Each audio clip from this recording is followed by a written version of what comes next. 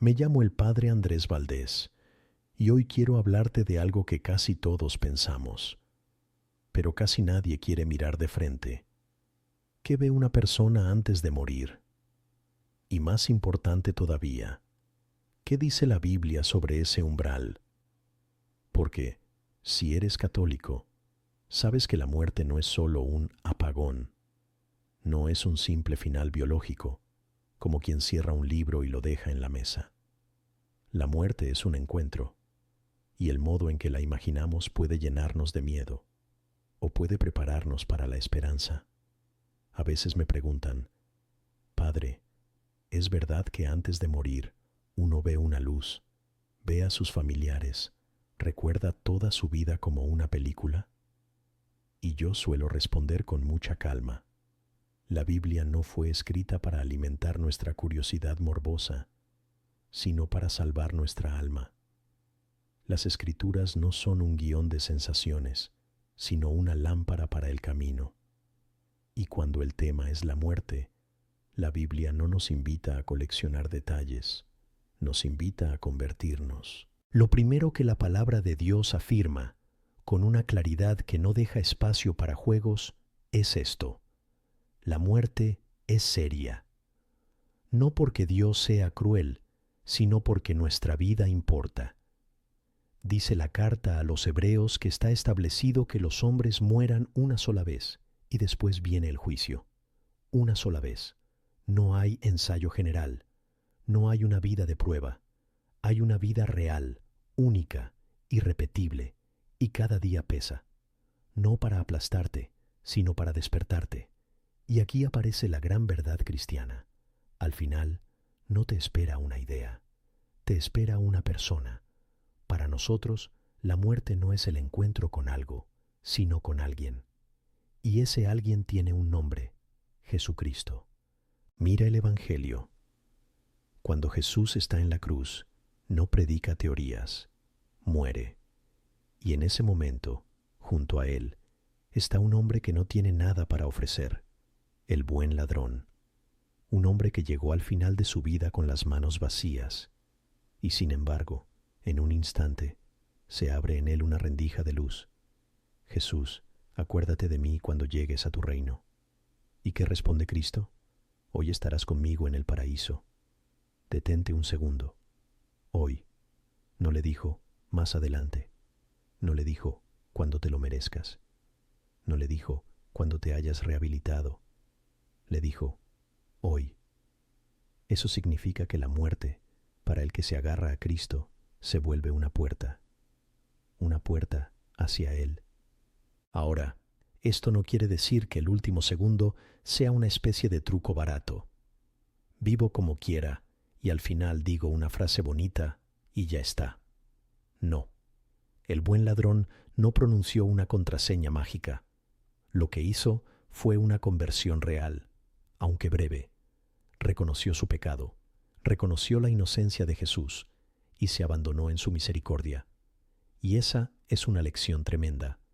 Lo que una persona ve antes de morir puede ser distinto en cada caso, pero lo decisivo es a quien se entrega. Porque cuando llega la hora, se nos cae el maquillaje, se cae la imagen, se cae el yo soy buena gente, se caen las comparaciones. En la muerte ya no discutes, ya no negocias, ya no pospones. En la muerte, el corazón queda al descubierto. Y la Biblia describe esa hora con una expresión que, a mí, me parte el alma. En tus manos encomiendo mi espíritu. Es la oración de Jesús. Es la oración del que se confía. Y esa es la pregunta central. ¿En manos de quién caerá tu vida? Porque todos caemos en alguna parte. La muerte no es solo dejar de respirar, es entregarse. Incluso quien no cree, en el fondo, se entrega a algo, al vacío, a la nada, al miedo o a la desesperación. Pero el cristiano aprende, desde ahora, a decir, Padre, en tus manos. ¿Y qué podría ver el alma en ese instante? La Biblia no se entretiene en describir colores ni paisajes, pero sí nos deja pistas espirituales muy concretas. por ejemplo, nos habla de ángeles. Jesús mismo menciona que los ángeles acompañan, sirven, llevan. En la parábola del rico y Lázaro, el pobre muere y es llevado por los ángeles al seno de Abraham. Es una imagen, sí, pero una imagen que revela algo real. No estamos solos. No cruzamos esa puerta como huérfanos. Dios no abandona a los suyos. Y también nos revela otra cara. Hay combate. La muerte no es un momento neutral. La Escritura habla del enemigo, habla de la tentación, habla de la mentira. Por eso la Iglesia, con tanta sabiduría, nos enseña a velar, a estar sobrios, a vivir en gracia, no para vivir asustados, sino para vivir despiertos, porque el demonio no necesita aparecer con cuernos, le basta con sembrar desesperación o con susurrar, ya es tarde, ya no hay perdón para ti. Y eso es mentira. Mientras hay vida, hay misericordia. Y en el mismo borde de la muerte, Cristo sigue siendo Cristo, el que perdona, el que salva, el que abre el paraíso. Entonces, cuando me preguntas, ¿qué verá una persona antes de morir? Yo te digo, probablemente verá la verdad, y la verdad, al final, tiene rostro. Puede que no la veamos con ojos de carne, como vemos una lámpara o una puerta, pero el alma se encuentra con la realidad sin filtros. Y esa realidad incluye esto: Dios te conoce por completo y aún así te ama. Pero ese amor no es blandito ni ingenuo. Es un amor que llama, que ilumina, que purifica, que juzga con justicia y con misericordia. Y aquí conviene aclarar algo que, como católicos, a veces olvidamos. El juicio no empieza al final, como si fuera un examen sorpresa. El juicio, en cierto sentido, se prepara cada día. Cada elección va moldeando la mirada del alma. Si yo entreno mi corazón para amar, reconoceré el amor cuando lo vea. Si entreno mi corazón para mentir, para usar a los demás, para endurecerme, entonces la luz me molestará. No porque Dios quiera humillarme, sino porque yo habré aprendido a vivir en sombras. Por eso, cuando la Biblia habla del encuentro final, no lo hace para que adivinemos escenas, sino para que hoy tomemos decisiones, para que hoy nos confesemos, para que hoy perdonemos, para que hoy volvamos a la oración, para que hoy dejemos de jugar con el pecado como si fuera un juguete. Y sin embargo, déjame decirte algo que quiero que se te quede grabado. Si estás escuchando esto con miedo, no estás condenado. El miedo puede ser el inicio de la sabiduría, si te lleva a buscar a Dios. Lo peligroso no es tener miedo, lo peligroso es la indiferencia. Lo peligroso es decir, a mí no me importa, porque llegará el día, para ti y para mí, en que el corazón pronunciará su última palabra, y esa palabra, de algún modo, resumirá toda la vida. Será un sí o un no. Será confianza o rechazo. Será en tus manos o déjame solo. Y aquí aparece la pregunta inevitable, la que no podemos esquivar. Si después de la muerte viene el juicio, ¿qué significa exactamente ese juicio? ¿Cómo lo entiende la Iglesia a la luz de la Biblia? ¿Qué es lo primero que sucede con el alma cuando cruza ese umbral? Porque ahí, precisamente ahí, se esconde una esperanza inmensa y también una llamada urgente a vivir en gracia. Porque ahí, precisamente ahí, se esconde una esperanza inmensa y también una llamada urgente a vivir en gracia. Cuando la Iglesia habla de lo que sucede en ese instante, no inventa una novela. Recoge la luz de la Escritura y la experiencia espiritual de siglos. Al morir, el alma se presenta ante Dios en lo que llamamos el juicio particular. No es el juicio final del fin de los tiempos, cuando resuciten los cuerpos y toda la historia quede plenamente manifiesta. Es un encuentro inmediato, personal, definitivo. San Pablo lo dice con una sobriedad que impresiona. Todos debemos comparecer ante el tribunal de Cristo. Y no lo dice para asustarnos, sino para recordarnos que la vida tiene un peso eterno. Ahora bien, cuando la gente escucha la palabra juicio, imagina un juez frío, con un martillo, esperando el error para castigar. Pero el tribunal de Cristo no es un despacho burocrático. Es la mirada de aquel que te amó hasta la cruz. Es la misma mirada que atravesó a Pedro la noche de la negación. ¿Recuerdas? Pedro no fue fulminado por un rayo, fue herido por una mirada, y esa herida lo salvó, porque lo llevó al llanto y a la conversión.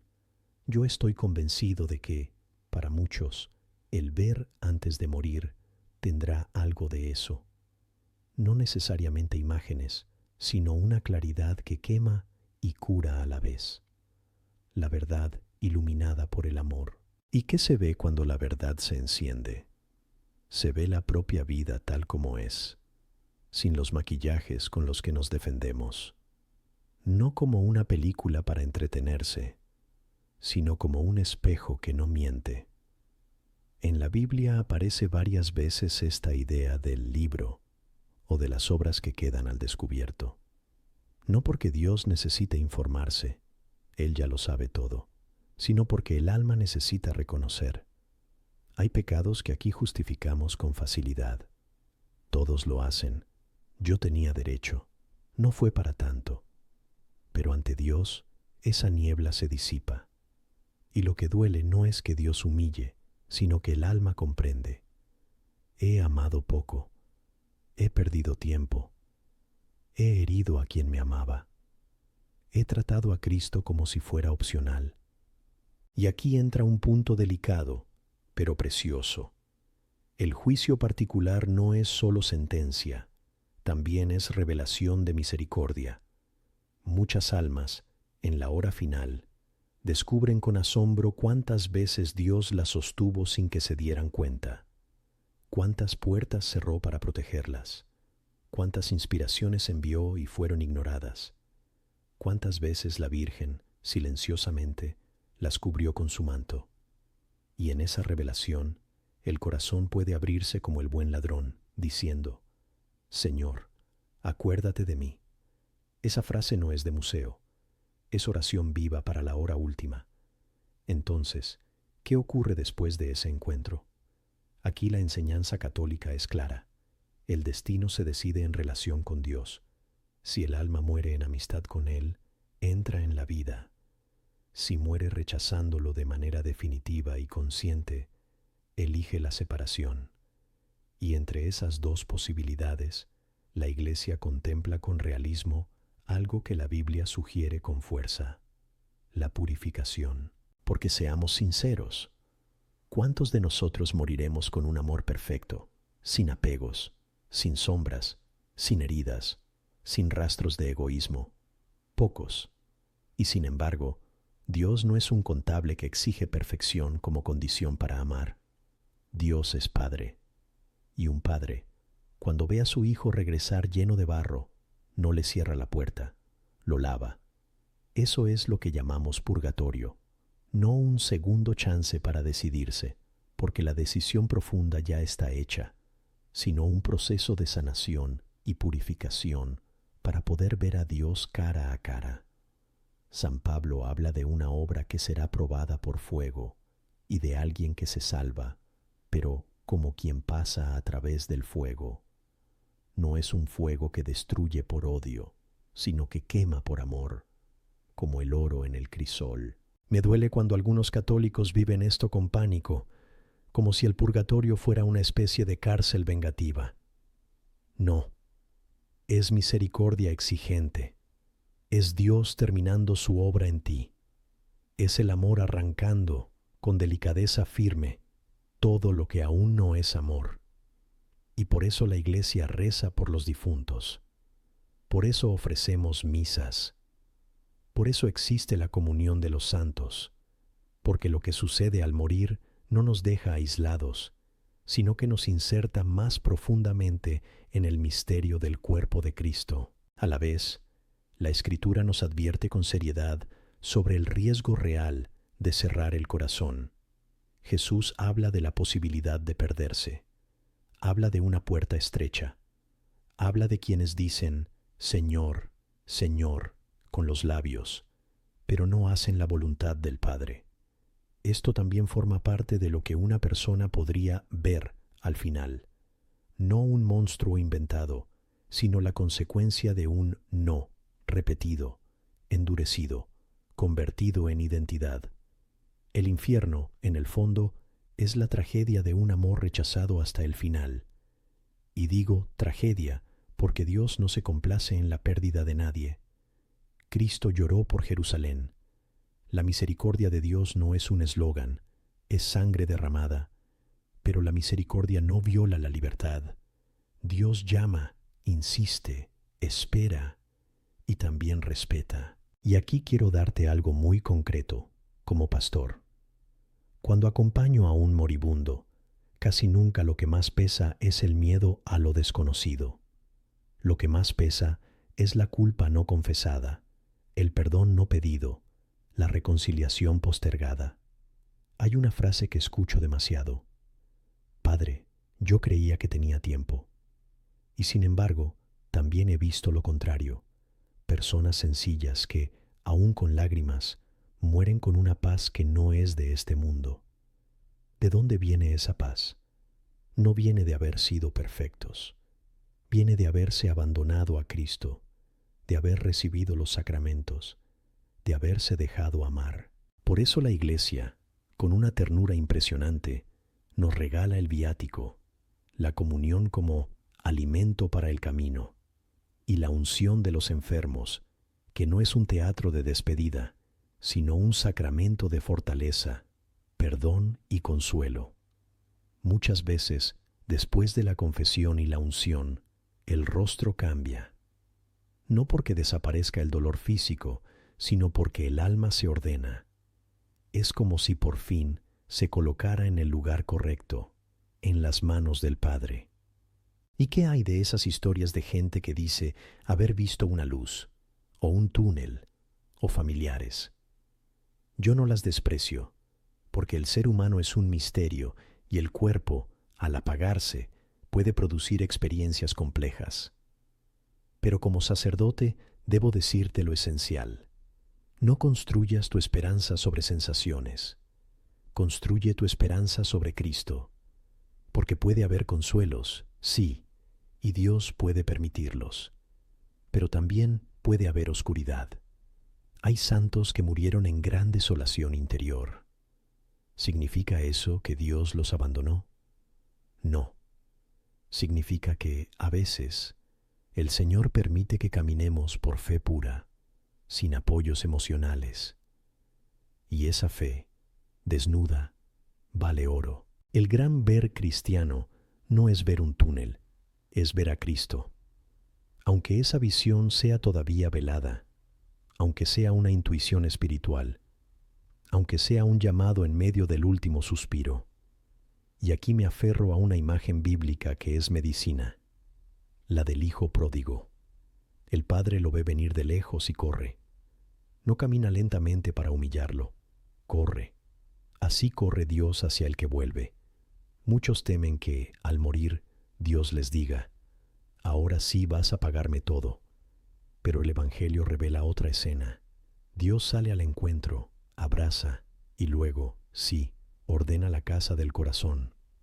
Abrazo primero, purificación después, justicia y misericordia juntas, como dos manos de un mismo Padre. Entonces, si el juicio particular es encuentro, si el purgatorio es sanación, si el cielo es comunión y el infierno es rechazo, la pregunta ya no es sólo ¿qué veré?, sino ¿cómo quiero llegar?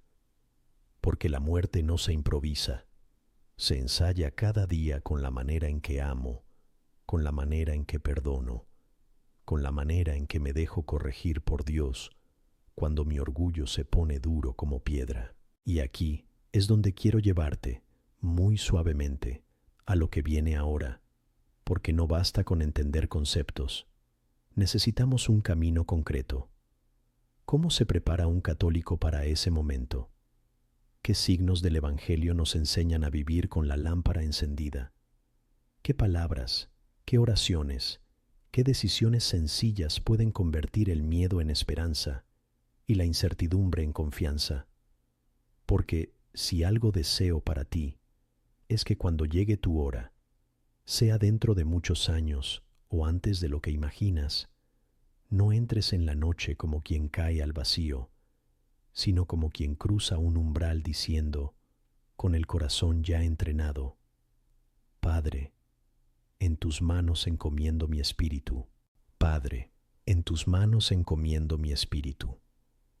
Y para que esas palabras no sean solo un recurso de último minuto, sino el resumen verdadero de una vida, hace falta entrenar el corazón desde ahora.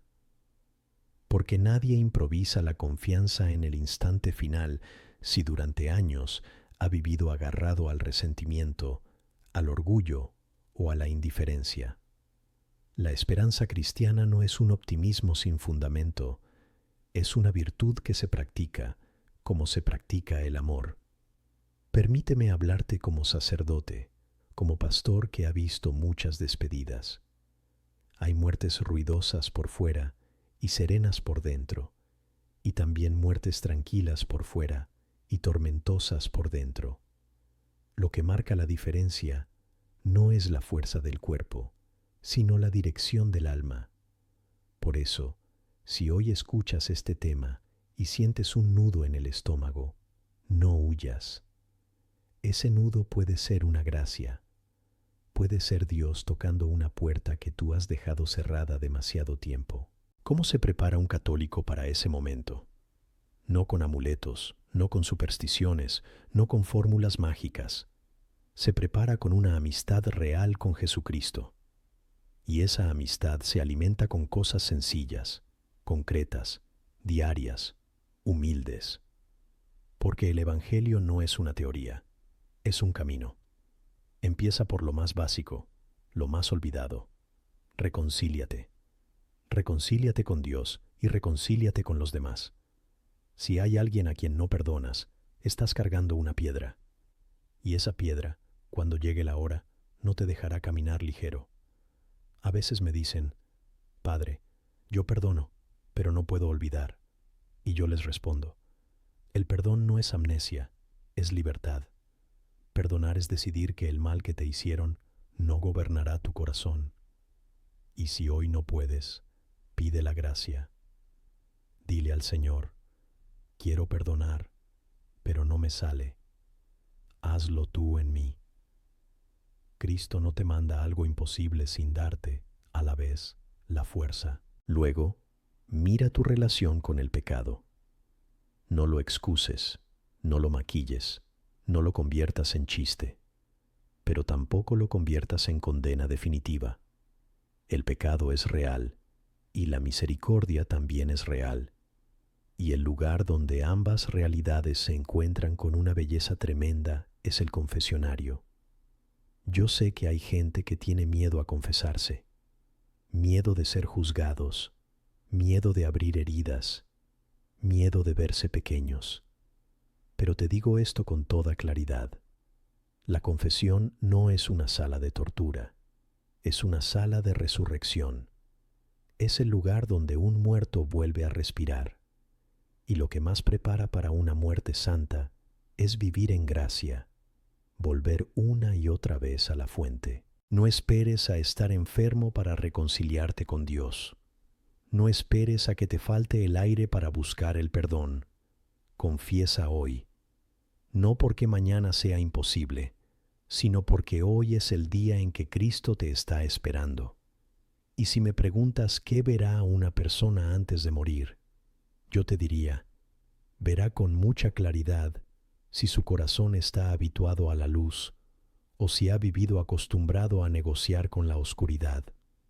La confesión te acostumbra a la luz porque te enseña a llamar a las cosas por su nombre y a dejar que Dios las sane. Y junto con la confesión, la Eucaristía.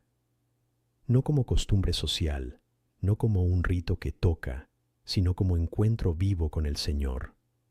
La comunión es medicina de inmortalidad, decía un santo.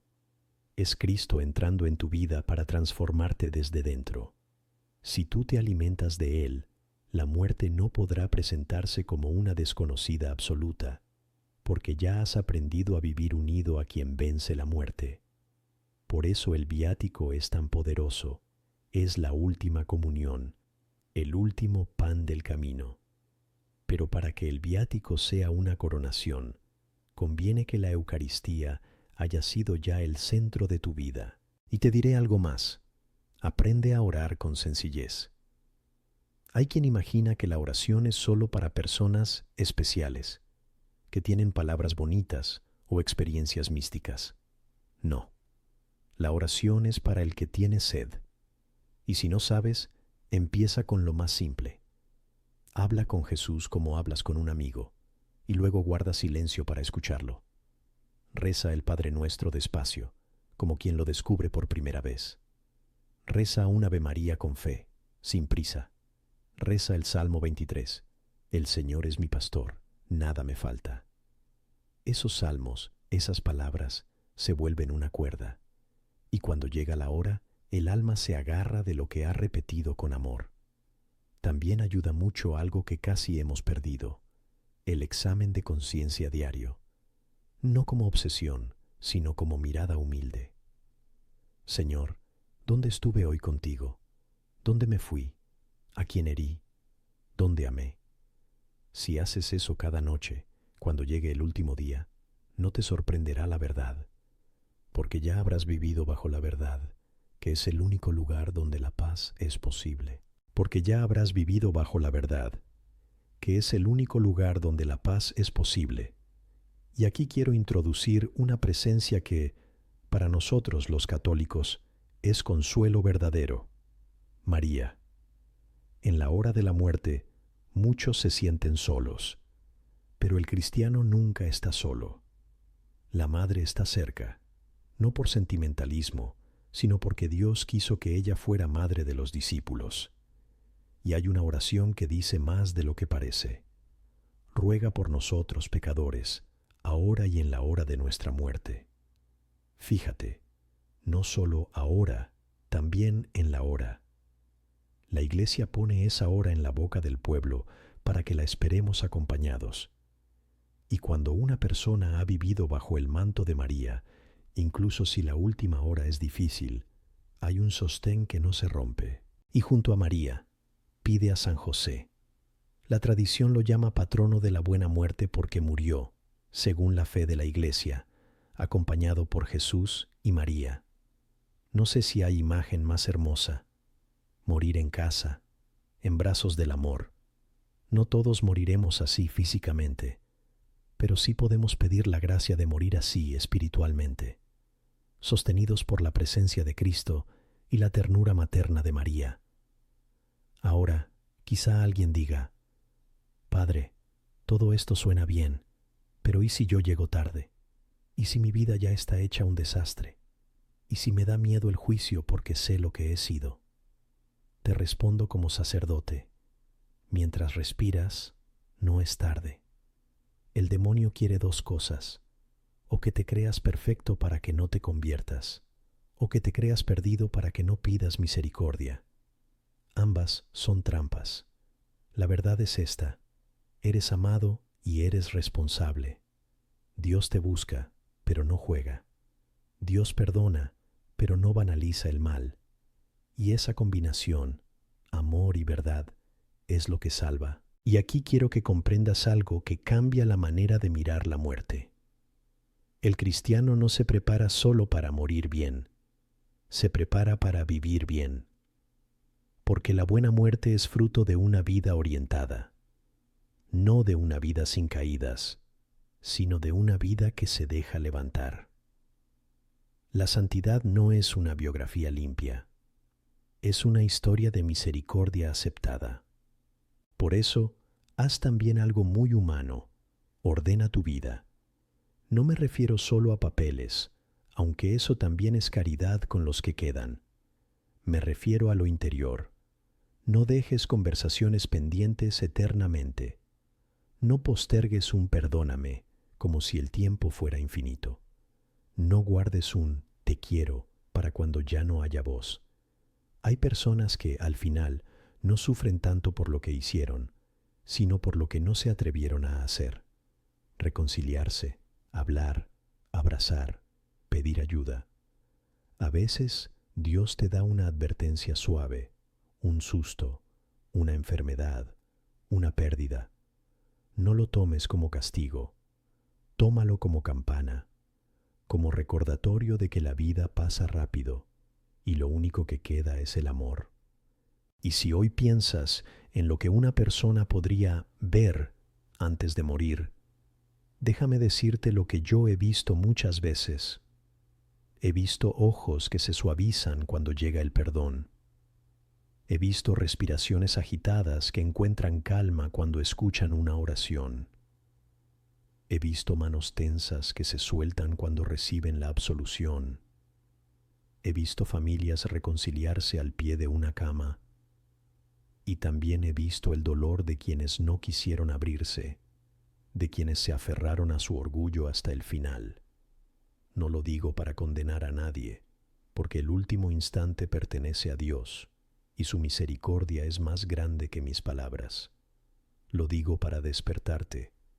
No esperes a la última curva para empezar a caminar. La Biblia nos da una imagen preciosa para esta vigilancia. Las vírgenes prudentes que llevan aceite en sus lámparas. No es una historia para meter miedo. Es una historia para no vivir dormidos. El aceite es la fe viva, el amor practicado, la gracia cuidada. Nadie puede prestarte ese aceite en el último minuto, porque no es un objeto, es una relación, es una vida con Dios. Y aquí, finalmente, quiero devolverte al inicio. ¿Qué verá el hombre antes de morir? Si muere en Cristo, verá que no cae en la nada. Verá que su historia no era un accidente. Verá que cada lágrima ofrecida tenía sentido. Verá que el amor escondido, el sacrificio silencioso, la fidelidad en lo pequeño, todo eso era recogido por Dios. Y si necesita purificación, la vivirá no como abandono, sino como abrazo que termina de limpiar. Y si, en cambio, ha vivido cerrándose, verá con dolor que la luz no se puede disfrutar con los ojos acostumbrados a la sombra. Por eso hoy es el día de abrirlos. Te pido, antes de terminar, que hagas algo conmigo, ahí donde estás, no como ritual, sino como acto de fe. Dile al Señor con tus palabras: Jesús, no quiero llegar a la muerte lejos de ti. Enséñame a vivir para que la muerte no me encuentre vacío. Y si puedes, añade: María, acompáñame ahora y en la hora de mi muerte. San José, ruega por mí. Yo, el Padre Andrés Valdés, rezo por ti, y te digo esto con la calma de la Iglesia y con la ternura del Evangelio. No tengas miedo de mirar la muerte con Cristo. Ten miedo, sí, de vivir sin Cristo, porque con Él, incluso el último aliento puede convertirse en oración, y la última noche puede volverse amanecer. Y cuando llegue ese momento, el tuyo, el mío, que podamos decir, no solo con los labios, sino con la vida entera: Padre, en tus manos encomiendo mi espíritu.